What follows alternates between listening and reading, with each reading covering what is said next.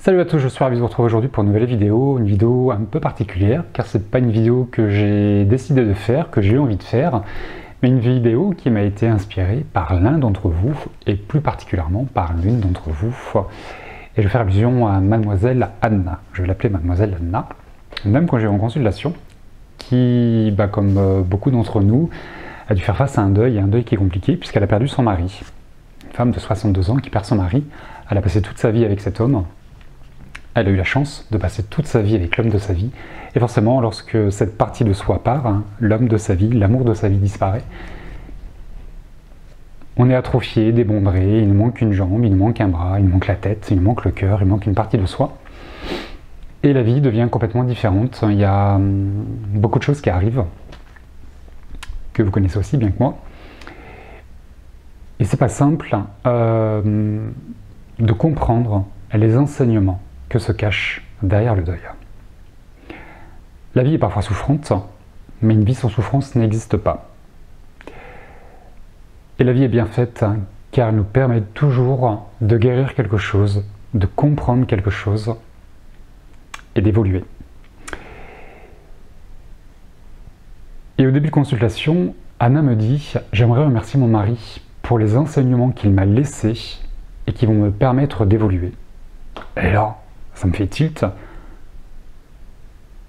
Il y a un truc qui fait tilt en moi en me disant, mais cette femme, elle a la présence d'esprit de comprendre l'ouverture de cœur également pour comprendre que son mari, en partant, en décédant, lui offre l'opportunité de comprendre quelque chose, ce qu'on appelle un enseignement, et de pouvoir évoluer, de pouvoir changer. Car c'est bien le propre de la mort, au-delà de vous priver de l'absence d'un être aimé, c'est de faire changer votre vie. Et pour faire changer votre vie, il va falloir changer dans nos attitudes, dans nos blessures, dans nos peurs, dans un manque d'autonomie affective, dans une insécurité aussi qu'on peut avoir parfois, surtout quand on est en couple, il manque une partie de soi. Un couple, quelle que soit la nature du couple et la manière dont on évolue, on vit à deux, on pense à deux, on réfléchit à deux, et l'un soutient l'autre. Même des fois quand c'est compliqué ou qu'on n'est pas d'accord sur tout. L'un contient l'autre, l'un soutient l'autre, l'un maintient l'autre. Il y a un équilibre et on avance à deux. Donc forcément, le jour où il part, tout change.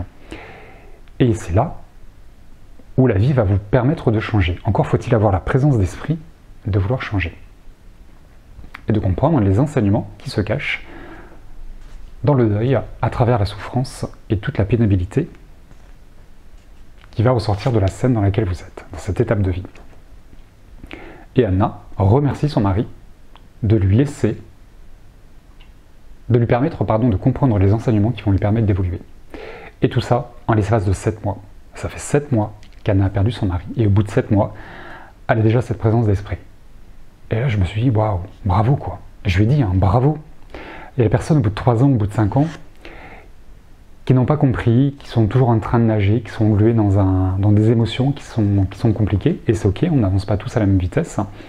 Et si je souhaitais parler du parcours d'Anna, en tout cas de ce qu'on a échangé dans la consultation, c'est pour vous inspirer, c'est pour vous montrer ce qui peut se cacher derrière les deuils, derrière les décès, quel que soit le décès, quelle que soit la personne qui parte, même si c'est un animal, c'est l'occasion de comprendre quelque chose. Et à la fin de la consultation, j'ai tellement été porté par cette femme, et pour moi il y a quelqu'un d'exemplaire dans sa manière de se relever, de rebondir. C'est pas oui, il a perdu l'homme de sa vie, il a perdu l'amour de sa vie, mais elle n'est pas... C'est compliqué pour elle, attention, mais elle n'est pas carpette, elle n'est pas au sol, en train de se morfondre. Elle a décidé de se relever. Pour ses enfants, pour elle, et il y a une vie qui continue. Bravo. Et je trouve ça exemplaire. C'est pour ça que j'ai souhaité vous parler d'Anna, pour quelque part vous insuffler quelque chose, vous montrer ce que vous pouvez faire, ce que certains arrivent à faire, montre juste ce que les autres peuvent faire. Et parfois, on a besoin de s'inspirer du parcours des autres. Et pour moi, Anna est inspirante et exemplaire, j'ai envie de dire. N'ayons pas peur des mots. Et au bout de 7 mois, Anna a la présence d'esprit, l'ouverture de cœur de se dire « Mon mari me laisse des enseignements ». Et dans les enseignements qu'elle a compris, c'est vivre l'instant présent.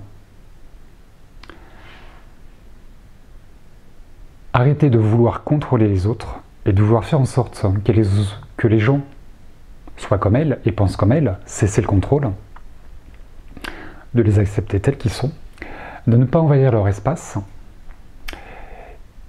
et de les laisser évoluer à leur rythme. Ce qui est déjà beaucoup. Parce qu'à 62 ans, quand on a été habitué à fonctionner d'une manière, et quelle que soit la manière dont on fonctionne, parce que tout le monde ne va pas se retrouver dans le parcours d'Anna, par contre, on a tous des enseignements, et ils sont tous différents en fonction de notre caractère, de notre positionnement, et donc en fonction de ce que notre âme a souhaité et travaillé pour évoluer au niveau de sa conscience. Mais ce qui est important, c'est qu'elle prend en considération son comportement et qu'elle se dit mais ça me plaît plus et ça je n'en veux plus, et ça ressort uniquement au moment où son mari disparaît, parce que comme dans tous les deuils, qu'est-ce qui apparaît? La culpabilité. Bah ouais, la culpabilité on la porte tous, je crois, et au moment où on perd quelqu'un, dans une rupture aussi, pas besoin d'attendre un deuil, hein. Lorsqu'on a une rupture, forcément la culpabilité va arriver, et si j'avais fait ci, et si j'avais dit ça, il ou elle serait pas parti, on serait encore ensemble. Quand tu as un deuil, j'aurais dû l'aimer plus, j'aurais dû être plus gentil, j'aurais dû être ceci, j'aurais dû être cela. Il y a toujours un milliard de remords et de regrets. Vous pouvez tourner l'histoire dans tous les sens, la culpabilité sera toujours présente. Donc accueillez-la, cette culpabilité, quel message vous apporte-t-elle, qu'est-ce qu'elle vous fait travailler, sur quoi elle appuie, et ne la laissez pas vous envahir, ne la laissez pas vous conditionner et vous dicter une conduite. Elle est là pour vous permettre d'évoluer. Tout comme Anna se sent extrêmement coupable de plein de choses. Elle n'était pas présente au moment où son mari est décédé, une crise cardiaque, ça a été rapide, c'était soudain, ça n'a pas été diagnostiqué, donc du coup, grosse culpabilité pour elle. Mais elle n'est pas médecin, elle n'est pas dans son corps, elle ne peut pas savoir. Donc elle se culpabilise pour plein de choses. Mais ce qui est intéressant, c'est que la culpabilité lui permet de mettre le doigt sur ce qu'elle a envie de voir changer. Qu'elle se dit, mais ça c'est plus moi, c'est plus utile, c'est pas la meilleure attitude pour me relier aux autres, par l'amour. Parce que dans tout ça, ce qui ressort dans les mots d'Anna, dans le couple qu'elle forme avec son mari, bah c'est l'amour. Et qu'est-ce qui ressort et qu'est-ce qui reste dans un deuil? Bah c'est l'amour que l'on porte à l'autre. Parce que lorsque la personne est partie, on ne voit plus ses défauts, on ne voit plus tous les manques, il n'y a plus de reproches, il n'y a que l'amour qui reste. C'est pour ça que la culpabilité elle arrive. L'amour pour soi, l'amour de l'autre, et l'amour des personnes qui vont rester. Parce qu'il y a des personnes qui restent. Je relis ce que je me suis noté pour pas oublier. Ouais. Dans les grandes lignes, c'est ce que Anna a évoqué, et en 7 mois, c'est déjà beaucoup, j'ai envie de dire, et ça fait que 7 mois, donc dans 7 mois, je pense, elle aura encore évolué, parce qu'il y a forcément d'autres choses à comprendre, et à voir venir. Ce qui est intéressant dans le positionnement d'Anna, personne n'aura le même qu'elle. Beaucoup de gens vont se reconnaître dans son parcours, dans sa manière de réagir, notamment dans la culpabilité, je pense, mais on n'a pas tous le même enseignement. À vous de leur amener à vous, les enseignements. Dans l'amour qui ressort là, parce que vous avez perdu quelqu'un que vous aimiez, l'amour va vous rattacher à lui, l'amour va vous relier avec l'au-delà, et dans cet espace du cœur, dans cet espace de votre vie, là, dans cette étape de vie, où la culpabilité va ressortir, la colère, l'injustice, la révolte, plein de choses, le sentiment d'abandon, ça vient toucher quelque chose en vous, et c'est qu'est-ce que ça vous permet de comprendre, et qu'est-ce que vous ne voulez plus dans votre vie. Vous avez perdu quelqu'un, vous allez faire un bilan quelque part du parcours de vie que vous avez avec cette personne, et si c'est à refaire, je ne refais pas la même chose. Bah là, il y a peut-être un point de départ, c'est l'histoire de la pelote de laine, je tire dessus et je la déroule. Donc à refaire, je ne refais pas la même chose. C'est ce qu'elle dit, Anna, dans sa réflexion, avec sa culpabilité. C'est là où elle est utile, la culpabilité, pour comprendre quelque chose, en aucun cas pour vous faire du mal. Arrêtez de vous fouetter tout seul, hein. Ça sert à rien. On ne peut pas revenir dans le passé, on ne peut pas changer les choses. Par contre, on peut créer un présent différent, accepter les choses, porter un regard différent sur ce qui a été vécu et se dire « je ne veux plus vivre la même chose ». Donc à refaire, je ne referai pas la même chose, je ne serai pas la même, on ne peut pas le changer. Par contre, ici et maintenant, je peux changer parce que j'ai pris conscience de ce qui ne me plaisait pas en moi, de ce que je ne voulais plus vivre, de ce que je voulais imposer aux autres, dans le contrôle, dans la non-acceptation, dans une exigence, parce qu'Anna est très exigeante, perfectionniste, et peut-être insatisfaite quelque part, parce que l'exigeant il en veut toujours plus. Et l'excès de contrôle va faire qu'il faut tout cadenasser, tout sécuriser. Et c'est un excès de bienveillance pour moi et un excès d'amour qui fait qu'en fait, on essaye que les autres soient parfaits. Mais personne n'est parfait. Et personne ne demande d'être parfait, si ce n'est l'ego. Donc du coup, dans cette volonté de ne plus à refaire, je ne referai pas la même chose, bah, c'est dans l'avenir qu'on va le changer.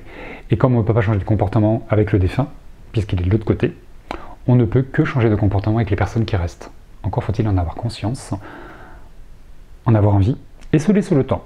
Parce que derrière, le temps vient impulser quelque chose, vous faire évoluer dans votre deuil, la souffrance devient de moins en moins présente, l'absence est de plus en plus tolérable, l'acceptation arrive, les réponses arrivent aussi, parce qu'il y a toujours un milliard de questions dans ces décès, dans ces départs, et quels qu'ils soient. La culpabilité se transforme en gratitude, en bienveillance, envers soi et envers la vie. Mon mari qui est parti me laisse des enseignements pour me permettre d'évoluer.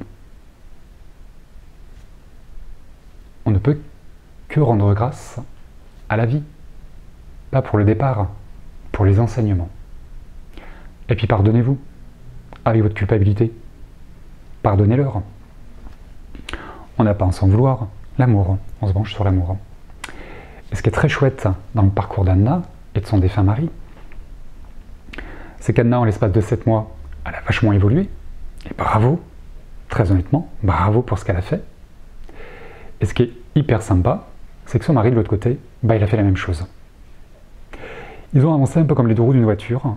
L'un entraîne l'autre et l'un ne va pas sans l'autre. Donc comme Anna a une présence d'esprit d'avancer et d'évoluer, son mari a pu faire la même chose de l'autre côté.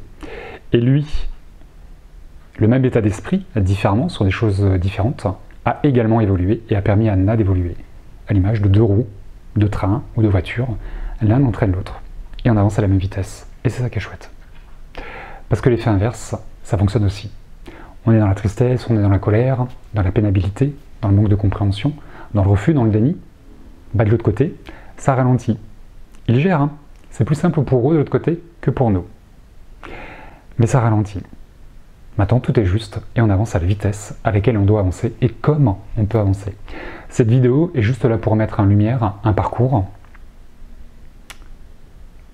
un exemple à suivre ou pas, et au moment où vous êtes prêt à le suivre. Comment le ramener à vous, comment vous le réapproprier, et qu'est-ce que le départ de votre proche, et même un animal, j'insiste, sur le départ d'un animal, vous fera autant travailler qu'un mari, un enfant, un parent,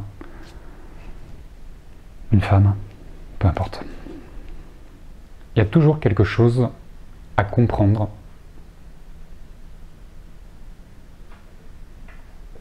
Rien n'arrive par hasard. Et même dans les pires catastrophes, il y a quelque chose de positif à aller chercher. Encore faut-il dépasser ce qu'on ne veut pas vivre, ce qu'on refuse de vivre, cette souffrance, cette douleur, qui vient tout mélanger à l'intérieur là.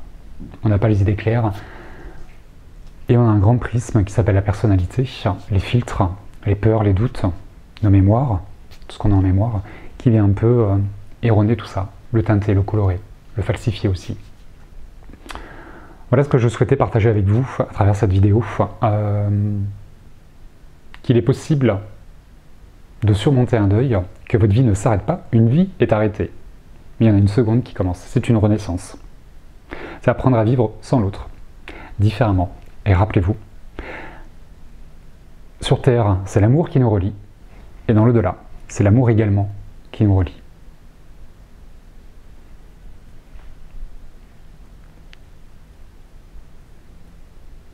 Prenez le temps dont vous avez besoin pour guérir, pour avancer, pour comprendre. Soyez bienveillant avec vous. Soyez honnête. Et quand je dis honnête, c'est écouter vos sentiments, écouter vos émotions. Vous avez le droit d'être en colère. Vous avez le droit de vous sentir coupable. Vous avez le droit de tout. Mais c'est juste d'accueillir ces émotions, de comprendre ce que vous êtes en train de vivre, parce qu'il y a un travail qui est en train de se faire. Et si vous rejetez vos émotions, si vous êtes dans le déni, ça n'avancera pas. C'est là où il faut, je pense, être honnête avec soi et se laisser du temps. Seul le temps est et sera toujours votre meilleur allié. Il vous permet d'être ce que vous ne êtes pas encore et d'acquérir ce que vous n'avez pas encore. Voilà. Merci Anna. pour m'avoir permis de mettre en lumière votre témoignage, votre parcours. J'étais ravi de vous rencontrer, mais vous le savez déjà. Et je vous laisse tous accueillir ce message et vous inspirer comme vous le pouvez du parcours d'Anna, parce que vous avez tous quelque chose en vous comme Anna qui va vous permettre d'être exemplaire et d'inspirer les autres. Et s'il n'était pas là le sens de la vie, de montrer aux autres ce qu'ils peuvent faire, de les inspirer et de les aider. J'y suis arrivé. Bah vous pouvez le faire. Si j'y suis pas arrivé, parce que j'ai rien d'exceptionnel, c'est que vous aussi vous pouvez le faire. Voilà, et je suis là pour ça. Peut-être une autre manière de voir le monde. Ça peut être sympa de voir le monde comme ça. Voilà, j'espère que ces quelques mots, ce témoignage, le parcours d'Anna, de la consultation qu'on a pu en voir ensemble, vous permettra de mieux comprendre votre deuil, le processus qui est enclenché, processus de guérison, comment vous en sortir, comment vous élever, comment aller mieux, et comment dépasser tout ça. Et rappelez-vous que tôt ou tard, vous les retrouverez. Et ça, pour moi, c'est une vérité qui fait énormément de bien. Voilà, je vous remercie de m'avoir écouté, je vous embrasse bien fort, je vous dis à très bientôt pour une prochaine vidéo, et d'ici là, prenez soin de vous.